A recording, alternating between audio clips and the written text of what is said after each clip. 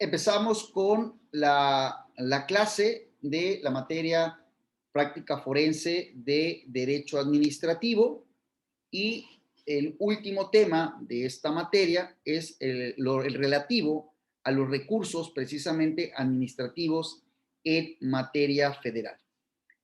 Estos medios de impugnación o estos recursos son básicamente dos.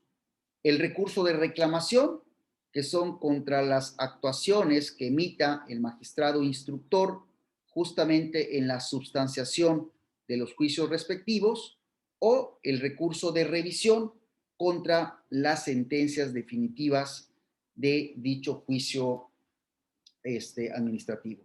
Debo señalar que estos recursos, todos, absolutamente todos, se tramitan por la vía ordinaria, esto es, no hay la posibilidad de interponer recursos administrativos por la vía en línea.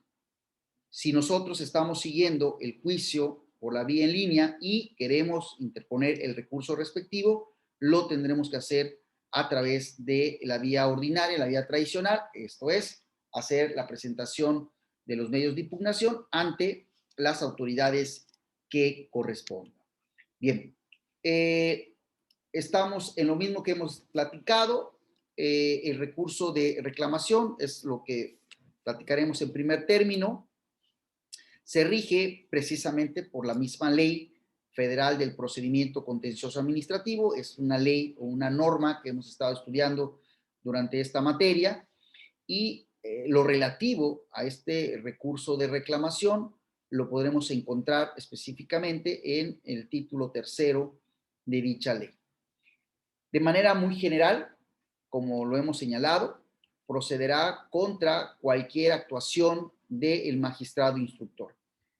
¿Qué debemos entender por el magistrado instructor? Ustedes recordarán, jóvenes, que todas las salas del Tribunal Federal de Justicia Administrativa son colegiadas. Esto es, son integradas por 3, por 5, ¿verdad? Y en algunos casos por 11 magistrados. Al momento de que se presenta el medio de impugnación, al momento de que se presenta el juicio respectivo, pues no los 3 o los 5 o los 11 magistrados se van a poner a estudiar todos lo mismo. Entonces, para efecto de organización de la substanciación y resolución de dichos juicios, pues se lo van turnando a cada magistrado. Es decir, si llega el expediente número 1 o la demanda número 1, se lo pasan o se lo asignan a un magistrado. Cuando llegue el siguiente, al segundo, el siguiente al tercero, y así sucesivamente. Al magistrado que le corresponda conocer el asunto, el magistrado que le corresponda verificar si la demanda cumple con los requisitos, si la demanda, en caso si hay que requerir al demandante para que subsane los requisitos, el magistrado que se encarga de verificar si se encuentran o no dentro de las causales de improcedencia y en su caso de admitir la demanda, de correr traslado al tercero interesado, de correr el traslado obviamente a la parte demandada, de recabar la información, desahogar las pruebas. Quien se encarga de insisto, la substanciación de todo el juicio se le denomina magistrado instructor. Y en el recorrer de esta substanciación para poner en estado de resolución un expediente, pues emite N cantidad de acuerdos o realiza N cantidad de actuaciones. Estas actuaciones de este magistrado instructor son las que se pudieran impugnar, obviamente, si consideramos que no están apegados a derecho, por la vía de la reclamación, ¿no? Entonces, ahorita lo vamos a verificar. Obviamente va a conocer la sala o la sección que corresponde, ¿ok? Entonces, siempre será la autoridad que corresponda estos recursos de reclamación, insisto, en el Tribunal Federal de Justicia Administrativa son salas regionales, las cuales pueden ser ordinarias, mixtas, especiales o auxiliares, y también ya en la sala superior, pues hay secciones, ¿verdad? Sección 1 a 2 que se encargan de cuestiones administrativas, por supuesto, y fiscales, y una más de una sección de 3 magistrados que se encargan de la parte de las responsabilidades de los servidores públicos, ¿no? Entonces, conoce obviamente la sala o sección que corresponda en cada caso. Ahora bien, ¿contra qué procede este recurso de reclamación? Decíamos, en términos generales, contra la, eh, aquellas que desechen, admitan o que tengan por no presentada la demanda, ¿no? Pudiera ser en un primer término que se presenta la demanda, el juez o el magistrado considere que cumple con todos los requisitos y que no se encuadra en ninguna causal de improcedencia. Obviamente, cuando se corra traslado al demandado, pues puede hacer valer que esa demanda fue admitida de manera incorrecta. Es decir, a juicio del demandado, no se debió haber admitido esa demanda y por lo tanto interpone el recurso de reclamación. O al revés, ¿no? Que el demandante presente la demanda y que el magistrado, el instructor la deseche o que incluso la tenga por no presentada. Entonces, obviamente aquí al oferente, al demandante, es al que le causa perjuicio y va contra esa decisión del magistrado instructor a través de la vía de la reclamación.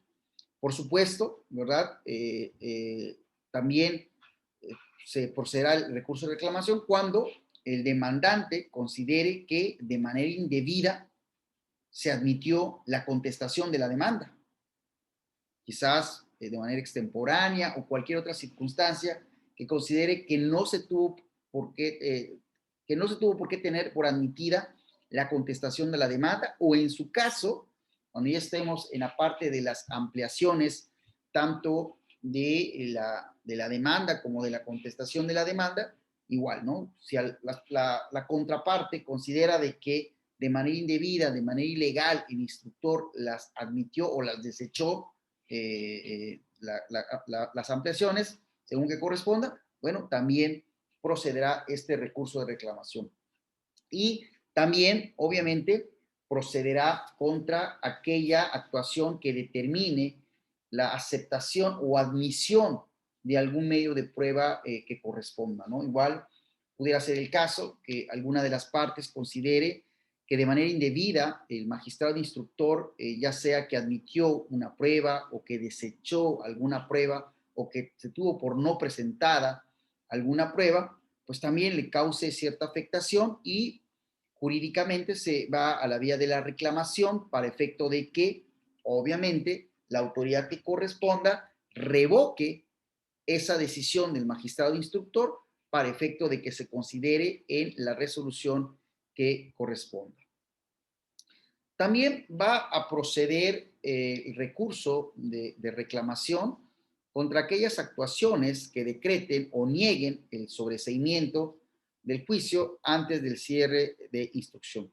También hay que recordar que el sobreseimiento se da justamente durante la substanciación del procedimiento y que, derivado de una cuestión extraordinaria al juicio, deviene y que por lo tanto impide al juzgador ya emitir la resolución que corresponda o que provoque que el juez, digámoslo de esta manera, a ningún fin práctico llevaría emitir la resolución, como por ejemplo el desistimiento o la muerte del demandante, ¿no? Siempre y cuando obviamente no sea de interés público, claro está. Pero bueno, si por alguna razón alguna de las partes considera que se debe dictar el auto de sobreseimiento, obviamente el dictar un sobreseimiento pues hagan de cuenta que el juicio, o sea, que la materia del juicio no se va a resolver porque se quedó sin materia, porque ya el juez no va a emitir la resolución que corresponda. Obviamente alguna de las partes pues le va a afectar o le podría afectar este sobreseimiento. Aquel que considere que precisamente por decretar el sobreseimiento o por negar el sobreseimiento podrá irse, insisto, a la vía de la reclamación. Y también cuando se admita o se rechace la participación en juicio del tercero. También es muy importante, ¿no? Que el tercero, que es aquel que tiene un derecho incompatible con la parte demandante y que, por supuesto, lo que quiere es que persista la actuación de la autoridad en caso de que ésta sea la demandada, pero si por alguna razón el magistrado instructor considera de que no se debe admitir la intervención del tercero o si le causa afectación a alguna de las partes que admitan al tercero, en este caso al demandante, cuando es persona física, pues obviamente todo esto podría ir en demérito de una resolución que le juegue en contra a alguna de las partes, ¿no? Obviamente, cuando estos consideren que esta actuación del magistrado instructor, que insisto, es aquel que va a llevar toda la substanciación del juicio, pues procederá este recurso de reclamación. ¿Ok? Bien, ahora, el recurso de reclamación se va a presentar obviamente, como ya lo hemos señalado, ante la sala o la sección respectiva, según quien esté llevando a cabo la sustanciación del juicio, y será 10 días después, precisamente, de aquel en que surtan sus efectos la notificación de que se trata. Ustedes recordarán que en el caso de la vía ordinaria, se les notifica por el boletín electrónico, ¿verdad? Donde se les da aviso a través de un correo convencional y que de ahí surte o parte para la notificación a través del boletín judicial, o quienes llevan el juicio en línea, pues también estas notificaciones se hacen a través precisamente del sistema de justicia en línea que para tal efecto ha diseñado precisamente el Tribunal Federal de Justicia Administrativa. Entonces, pues surtir efectos de la notificación, pues va a depender evidentemente de estas condiciones, pero para la interposición de este recurso de reclamación tendremos, insisto, 10 días a partir de que surte efectos precisamente la notificación de que se trate. Obviamente se presentará ante la sala o sección que corresponda. Ya dijimos que el Tribunal Federal de Justicia Administrativa pues tiene un pleno, obviamente la sala superior, el pleno jurisdiccional, el pleno general y las secciones, y además tendrá salas regionales, las cuales pueden ser ordinarias, específicas, auxiliares o mixtas, ¿no? Entonces va a depender en dónde se está radicando el expediente y dónde se está sustanciando, y es justamente ante esta sala o sección a la cual va a conocer y la cual evidentemente emitirá la resolución que corresponda. Ahora bien, cuando se trate de los incidentes en las cuales se están solicitando las medidas cautelares, ¿verdad? Que ya también las medidas cautelares las estudiamos en la teoría tradicional. Bueno, si el magistrado instructor, la actuación que tiene que ver o está relacionada con estas medidas cautelares, ya sea que conceda las medidas cautelares, ya sea que niegue las medidas, o sea, conceda las medidas cautelares, obviamente, al oferente, que niegue las mismas, que las modifique. Ustedes recordarán que las medidas cautelares, una vez dictadas, se van a preservar en toda la sustanciación del juicio. Pero ello no implica que durante la sustanciación del juicio el juez o el magistrado las pueda modificar. Y esta modificación de medidas cautelares también le puede causar afectación a alguna de las partes. Por lo tanto, pueden ser impugnados a través de la vía de la reclamación. Y por supuesto, contra aquellas que emitidas las medidas cautelares, con el paso del tiempo y aunque no se ha resuelto el juicio principal, pudiera modificar, perdón, podría revocar dichas medidas cautelares. Entonces, contra aquellas que conceda, niega, modifiquen o revoquen estas medidas cautelares, también podrá impugnarse el recurso de reclamación. Nada más que aquí ya no vamos a tener los 10 días de las otras actuaciones. Simplemente vamos a tener 5 días a partir precisamente de que surte efectos dichas notificaciones para proceder a la vía de la reclamación, ¿no? La razón, pues es muy sencilla. Obviamente las medidas cautelares, como ya lo estudiamos en su momento, lo que persigue es evitar que pudiera modificarse la sustancia de lo que se pide a fin de que la autoridad en su momento pueda salvaguardar precisamente una resolución totalmente apegada a derecho. Si no se emiten las medidas cautelares, pudiera provocar incluso un daño irreparable que ya la sentencia, aunque sea condenatoria, ya a ningún fin práctico daría. Y por eso mismo, por la, digamos, el periodo tan corto o la ejecutoria que pudiera provocar, insisto, que se vuelva un daño irreparable, es que exista una mayor premura para emitir la resolución que corresponda. Por eso es que se exige en un plazo no mayor de 5 días para presentar el recurso de reclamación que corresponda. Aunque debo decir, obviamente, que quien se sienta afectado por la actuación del magistrado respecto a una medida cautelar sabe a la perfección que mientras más tiempo deje pasar, más corre el riesgo, insisto, de que se vuelva un daño irreparable, ¿no? Entonces, obviamente se procede casi de inmediato ante el recurso de reclamación, exponiendo lo que en derecho corresponda, a fin de que precisamente la sala, sección respectiva, pueda modificar en una medida muy rápida estas medidas cautelares. Bien, el recurso de reclamación es muy sencillo, no tiene nada de complejidad, es muy sencillo el procedimiento, ¿verdad? Obviamente, ya dijimos, tienen 10 días o 5, dependiendo lo que se está impugnando, para presentar nuestro escrito de recurso de reclamación. Una vez que la sala o sección que corresponda tenga en su poder el escrito de la reclamación, lo que va a hacer sin mayor, mayor diligencia, simplemente le corre traslado a la contraparte, por supuesto, para que ésta, como cualquier juicio, pueda defenderse y entonces se les da un término de 5 días para que señale o exprese lo que en derecho corresponda, ¿verdad? Evidentemente.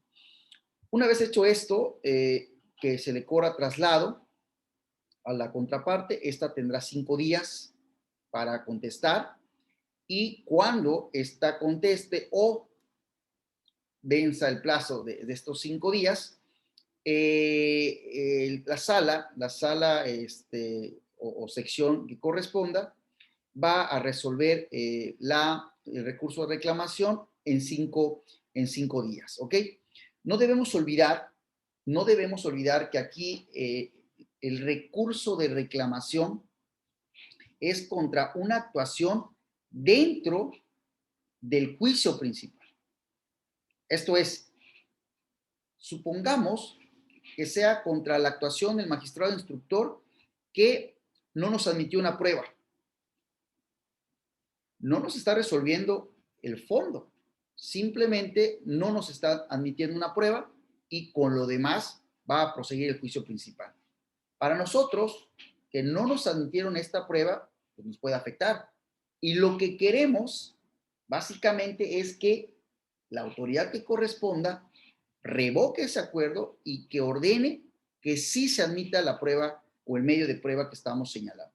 Y entonces, por esa razón, pues también es fundamental que la resolución que corresponda se emita en el menor tiempo posible. De ahí que la substanciación del recurso de reclamación no es nada complejo.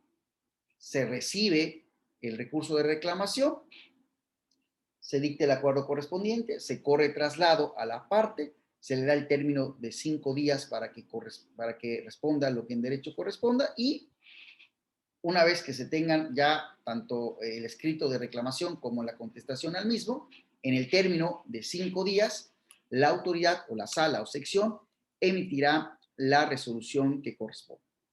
Obviamente, esta sentencia, como cualquier sentencia, pues tendrá eh, tres efectos: confirmar, modificar o revocar, ¿no? Y esto es para cualquier materia. Estos son los efectos generales de una sentencia. Eh, confirmar, modificar o revocar.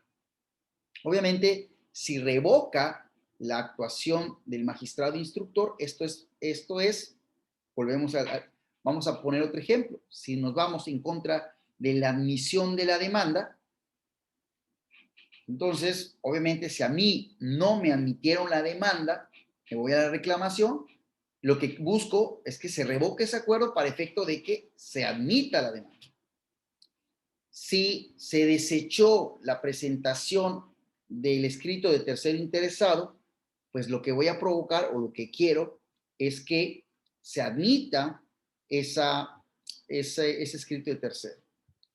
Si por lo contrario yo estoy impugnando que se haya el hecho de que el juez de manera indebida haya admitido una prueba o que de manera indebida haya admitido tener por presentado el escrito de contestación o de la ampliación o qué sé yo, si yo estoy inconforme porque el juez instructor o el magistrado instructor admitió algo que no debió haberlo hecho, obviamente la resolución será que, en caso de que sea de revocación, se revoque para efecto de que el magistrado no tome en consideración tales o cuales actuaciones. Obviamente podrán modificar la misma, ¿no? Que la modificar, como su nombre lo indica, no lo cambia o lo desecha o lo revoca 100%, sino hay una parte que considera viable que sí está en términos de ley, pero hay alguna otra que sí tendría que modificarse, ¿no? En todo caso, ¿verdad? Si se trata de las medidas cautelares, podrá, dependiendo obviamente de lo que se esté impugnando, ya sea conceder o negar la suspensión solicitada, o finalmente, para confirmar que el acuerdo o la actuación del magistrado estuvo correcto. Es decir, son los tres efectos que puede tener esta sentencia, que son exactamente los mismos efectos que se dan en términos generales. Esto es, confirmar la actuación de la autoridad, modificar la actuación, esto es, parte sí y parte no, o revocar, es decir, lisa y llanamente señalar que es un acto totalmente ilegal y por lo tanto se debe revocar la resolución.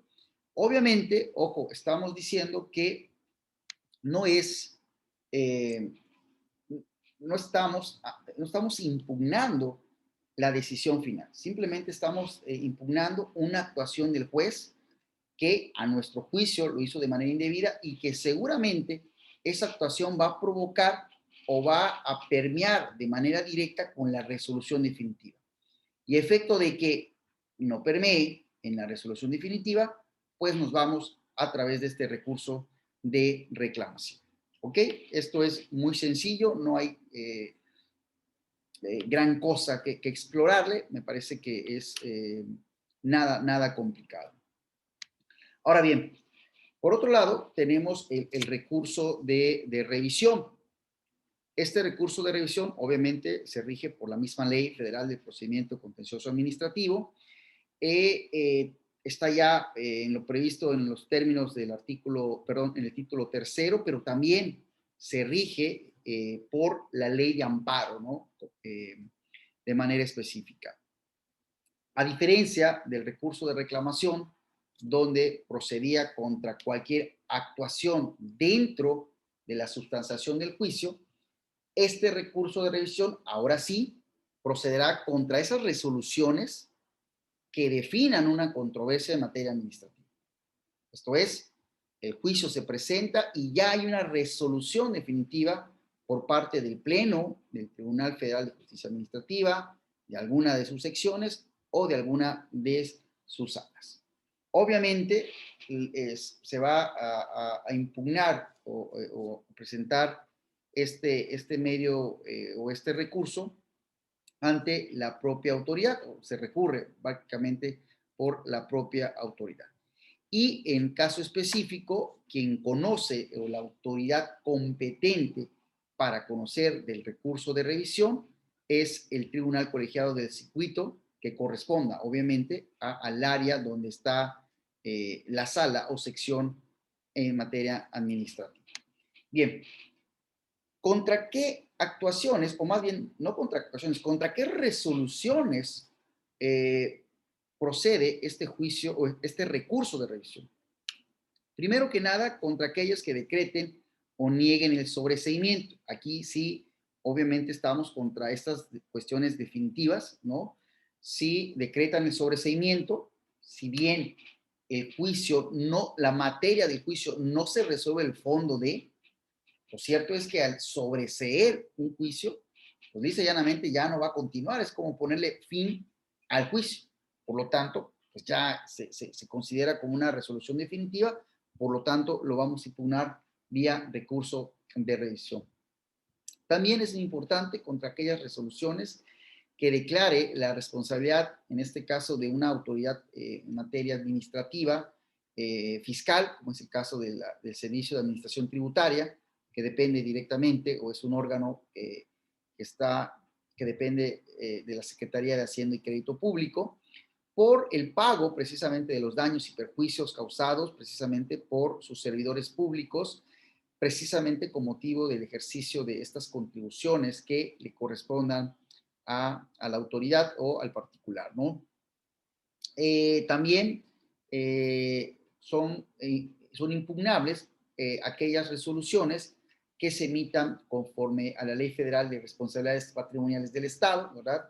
Ahí pues, tendremos que irnos a dicha ley donde se emitan las responsabilidades o cuáles son las causas por las que se impone responsabilidad patrimonial a favor en contra del Estado. También procederá contra aquellas resoluciones en que se dicte la indemnización a favor de un particular afectado por el importe, insisto, de estos daños y perjuicios causados, ¿no?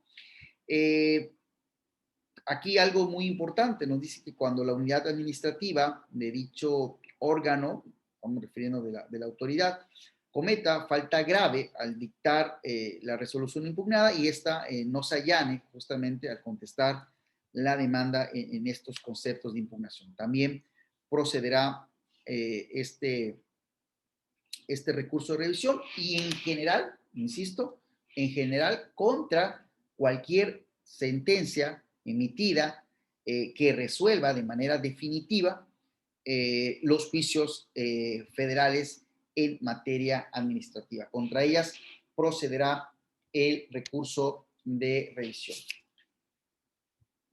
Dice nuestra ley federal del procedimiento contencioso en materia administrativa, que la autoridad es la que recurre, como dijimos hace un rato, es la que impone este recurso de revisión y lo hará ante el tribunal colegiado de circuito que corresponda, según el área geográfica, según la materia, ¿verdad?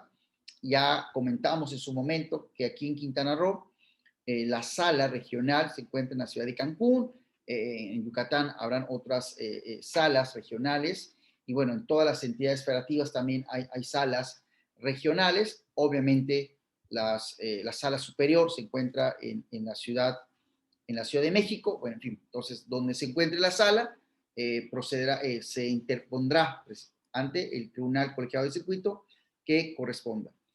El plazo para interponer este recurso de revisión será de 15 días, precisamente a partir de que se surte efectos la notificación precisamente de esta resolución definitiva, ¿no? Bien, procederá, en este caso, el recurso de revisión, siempre y cuando sea, insisto, de cuantía que exceda los 3.500 veces del salario mínimo vigente, ¿verdad? Al momento de la emisión de la sentencia. Obviamente se está refiriendo a la Ciudad de México, ¿no? Sea de importancia y trascendencia cuando la cuantía, aunque sea inferior, ¿no? O alguna cuantía indeterminada. Es decir, eh, pudiera ser cuantía inferior o menor a estos 3.500, pero el tema, la materia, la sustancia, pues sea considerada de estas de importancia o trascendencia por parte de la sala que corresponda. Y como también lo hemos señalado, sea una resolución que emitan cualquiera de las autoridades fiscales, como la Secretaría de Hacienda y Crédito Público, este Servicio de Administración Tributaria, o cualquiera de aquellas que se encuentren coordinadas precisamente y que tengan relación, vínculo directo con los ingresos federales, ¿no?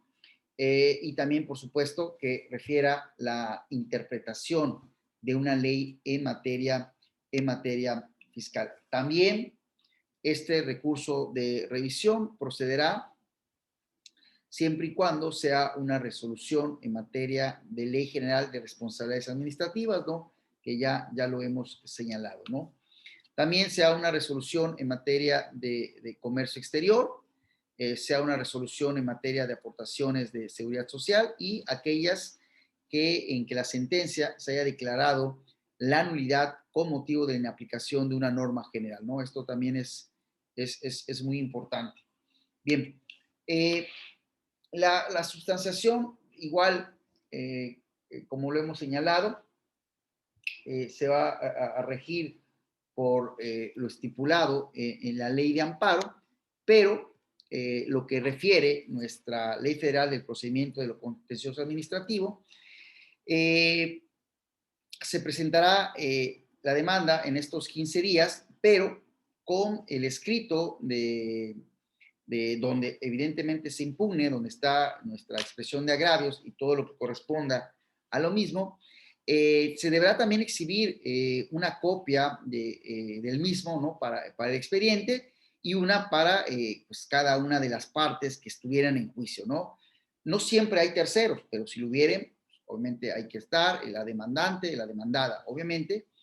Y en este caso muy específico, la autoridad administrativa, una vez que tenga presentada el escrito del recurso de revisión, va a emplazar correo traslado a las partes, por supuesto, para que también en el plazo de 15 días comparezcan ante el tribunal colegiado que corresponda, ya una vez asignado, y que evidentemente eh, eh, tenga el conocimiento de ambas partes para efecto de que emita la resolución que corresponda precisamente a partir del recurso de revisión que sea interpuesto.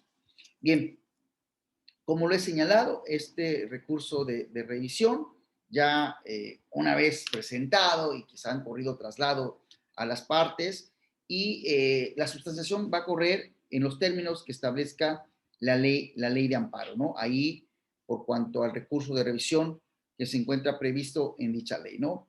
De manera general, para no entrar en la explicación de lo que se maneja en la ley de amparo, esto porque es clase o materia, valga la expresión, de otra clase dentro de este instituto, nada más diré que una vez que ya el expediente ha sido turnado al magistrado que corresponda dentro del tribunal colegiado de circuito, la resolución se tendrá que dictar en el término de 90 días como plazo máximo, ¿no? Esto es muy importante y evidentemente, insisto, ya será contra la resolución definitiva. Y esto hará que en su caso los efectos, como cualquier sentencia, pudieran ser tres. Confirmar la resolución, modificar la misma o en su caso revocarla lisa y llanamente. ¿Ok? Estos serán los efectos que tenga la, eh, la resolución en el caso del recurso de revisión. Pues bien, con esto, terminamos esta parte de los recursos de revisión. Todo ello, insisto, se rigen en el recurso de revisión por el recurso de reclamación por la Ley Federal del Procedimiento de lo Contencioso Administrativo contra actos o actuaciones del magistrado instructor y contra resoluciones definitivas a través del recurso de revisión, cuya sustanciación le va a corresponder al Tribunal Colegiado del Circuito, según corresponda, teniendo con base la ley de amparo, ¿no? En términos precisamente del recurso de revisión. Por esto damos por terminado el tema de los recursos federales en materia administrativa.